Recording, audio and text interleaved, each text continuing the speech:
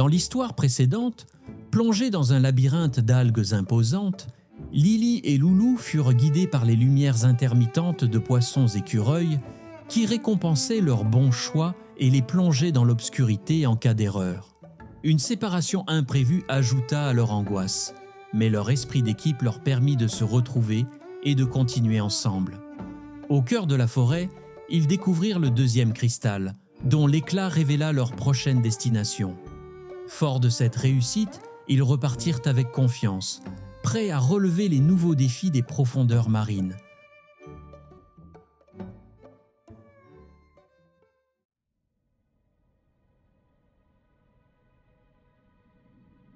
Dans les profondeurs d'un océan souvent calme et accueillant, il existait un endroit redouté par tous les marins et les créatures marines, le récif du Cap Noir. Là-bas, les nuages semblaient éternellement menaçants, teintant l'eau d'un gris inquiétant. C'est ici que Lily et Loulou, guidés par leur carte enchantée, se dirigeaient à la recherche du prochain cristal. La carte, après leur aventure dans la forêt de Kelp, s'était illuminée pour indiquer ce nouveau lieu. Loulou, en observant les contours du récif sur le parchemin, avait reconnu la silhouette d'un navire échoué, un bateau pirate légendaire connu sous le nom de l'Ombre des mers.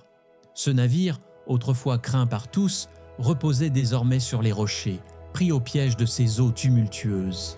Alors qu'ils approchaient du récif, la mer devint plus agitée.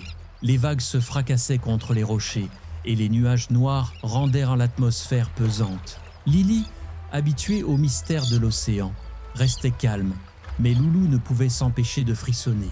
Sa petite barque tanguait dangereusement et il se tenait fermement à son bord. Avec prudence, ils accostèrent près du bateau échoué.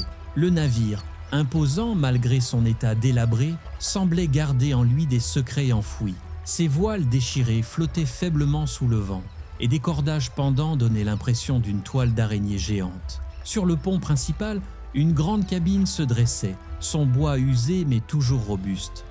En entrant dans la cabine du capitaine, une scène étrange les attendait. Au centre de la pièce trônait un squelette vêtu d'un uniforme partiel de pirate, assis à son bureau. Le squelette du capitaine semblait figé dans une posture pensante, son regard dirigé vers un coffre scellé posé devant lui. Cependant, son apparence ne passait pas inaperçue. Il manquait à sa tenue plusieurs éléments essentiels. Loulou, curieux, s'approcha pour inspecter de plus près. Lily, plus pragmatique, remarqua une inscription gravée sur le bois du bureau. « Celui qui m'habillera comme autrefois révélera mon dernier trésor. » Il ne leur fallut pas longtemps pour comprendre que, pour obtenir le cristal, ils devaient retrouver tous les objets manquants du capitaine pirate. Mais où ces objets pouvaient-ils être cachés dans un navire si vaste et labyrinthique? La recherche débuta sur le pont principal. Les premières découvertes furent assez rapides. Non loin des canons rouillés, Loulou repéra une vieille jambe de bois coincée sous des cordages. Avec un effort commun, ils réussirent à la dégager. Un peu plus loin, sous un tonneau brisé, Lily trouva un chapeau de pirate, encore intact malgré les années. Mais les choses se compliquèrent lorsqu'ils descendirent dans les cales du navire. Ces dernières étaient sombres, et l'eau infiltrée formait de petites flaques inquiétantes. Alors qu'ils cherchaient le cache-œil du capitaine, Lily sentit un léger courant d'air provenant d'une trappe dissimulée. Derrière celle-ci, dans une petite pièce poussiéreuse, elle trouva non seulement le cache-œil, mais aussi la veste du capitaine, pliée soigneusement comme si elle n'avait jamais été touchée. La recherche débuta sur le pont principal. Les premières découvertes furent assez rapides. Non loin des canons rouillés, Loulou repéra une vieille jambe de bois coincée sous des cordages. Avec un effort commun, ils réussirent à la dégager. Un peu plus loin, sous un tonneau brisé, Lily trouva un chapeau de pirate, encore intact malgré les années. Mais les choses se compliquèrent lorsqu'ils descendirent dans les cales du navire. Ces dernières étaient sombres, et l'eau infiltrée formait de petites flaques inquiétantes. Alors qu'ils cherchaient le cache-œil du capitaine, Lily sentit un léger courant d'air provenant d'une trappe dissimulée. Derrière celle-ci, dans une petite pièce poussiéreuse, elle trouva non seulement le cache-œil, mais aussi la veste du capitaine, pliée soigneusement comme si elle n'avait jamais été touchée. De retour dans la cabine, Lily et Loulou disposèrent chaque objet sur le squelette du capitaine, Le dernier élément, le chapeau, fut posé avec une certaine solennité. À cet instant précis, un léger tremblement parcourut le navire. Les yeux du capitaine semblèrent briller un instant, et une voix grave, presque murmurante, résonna dans la pièce. « Merci, mes amis, vous avez ravivé l'esprit du capitaine. » Le squelette leva lentement une main et appuya sur un bouton dissimulé dans le bois de son bureau. Un grincement se fit entendre et une trappe s'ouvrit dans le plafond, révélant le cristal tant recherché, scintillant en haut du mât principal. Atteindre le sommet du mât ne fut pas une tâche aisée.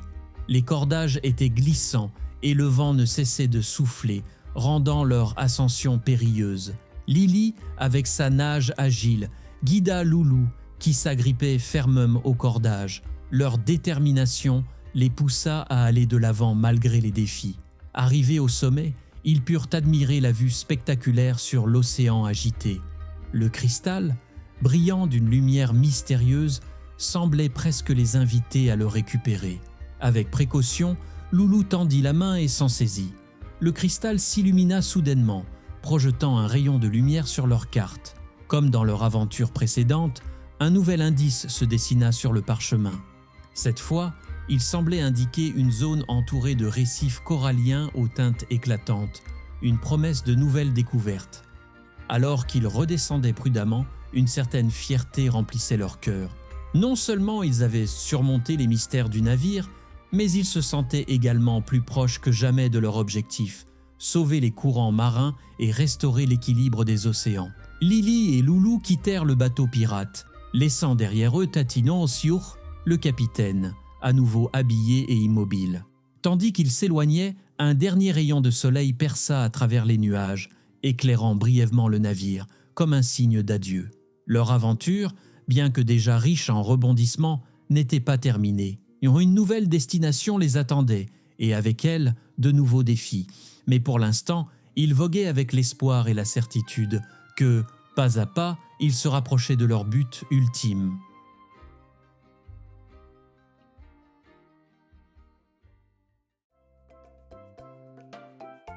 Merci de soutenir les aventures de Lily et Loulou. Laissez un petit commentaire ou un like. Et surtout, abonnez-vous pour ne rien manquer des prochaines histoires pleines de magie et d'océans. Vos encouragements font toute la différence.